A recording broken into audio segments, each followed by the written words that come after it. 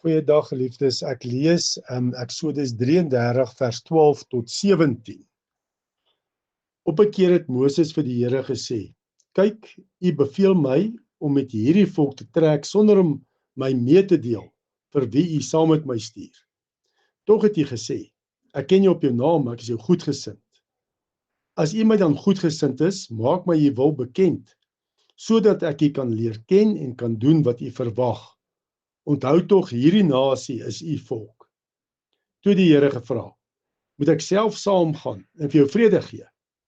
Toe het Moses vir hom gesê, as jy nie self saamgaan nie, moet jy ons nie van hier af laat wegtrek nie.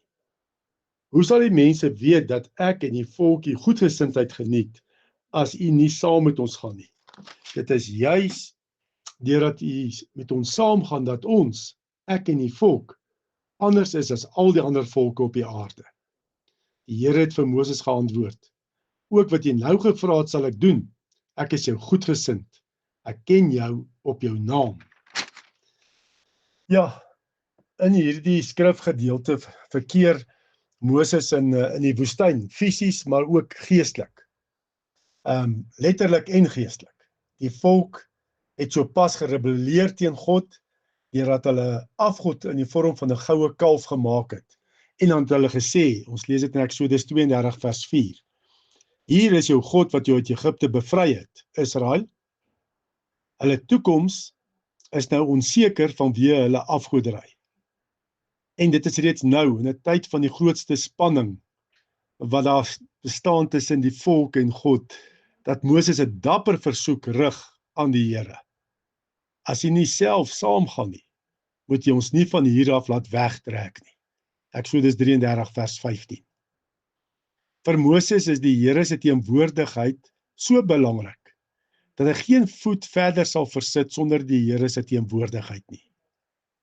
Dis nie dat Moses nie meer die beloofde land wil hê nie, dit is net dat meer as die land, meer as voorspoed, meer as antwoorde, meer as enigiets anders, smag Moses na die Here homself.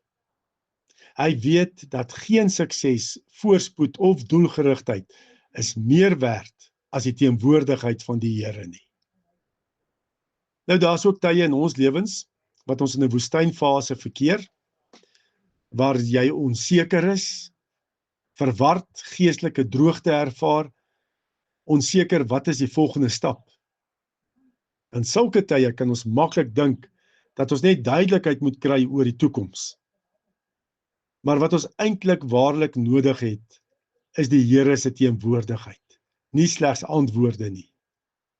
Vrede kom nie eerstens deur te weet wat die plan is nie. Nee, vrede kom hoofsaaklik deur te weet dat die Here met ons is in alles. En die Here se teenwoordigheid is die uitsonderlike kenmerk van ons almal wat in Christus glo. Want Christus is Immanuel, God met ons. Dit is wat vir ons as Christene die woestynfases in ons lewens draaglik maak. Eintlik meer as net draaglik. Dit maak die woestynfase in ons lewens heilig, want dis tye wat ons van wêreldse denke ontslaa raak. So, as jy in 'n fase verkeer waar jy geestelik moeg en rigtingloos is, laat jou gebed wees, Here, moet my nie stuur as jy nie saam met my gaan nie. Hoekom? Want waar die Here teenwoordig is daar lewe, doelgerigtheid en vrede, selfs in die woestyn. Kom ons bid saam.